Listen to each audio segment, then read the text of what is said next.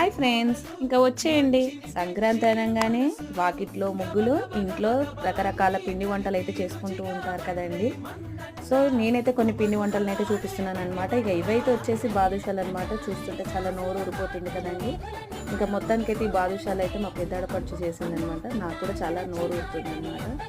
So ఇక నేనైతే వచ్చేసి అయితే ఇక్కడ పప్పు చెక్కలు అయితే చేశాను అనమాట.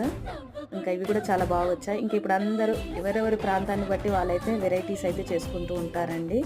ఇంకా సకినాలని, వడప్పలని, మురుకులని, నువ్వుల ఉండలని, ఇలా పల్లి ఉండలని, ఇలా అరిసెలని ప్రాంతాన్ని బట్టి అయితే వెరైటీస్ అయితే చేసుకుంటూ ఉంటారు కదండి.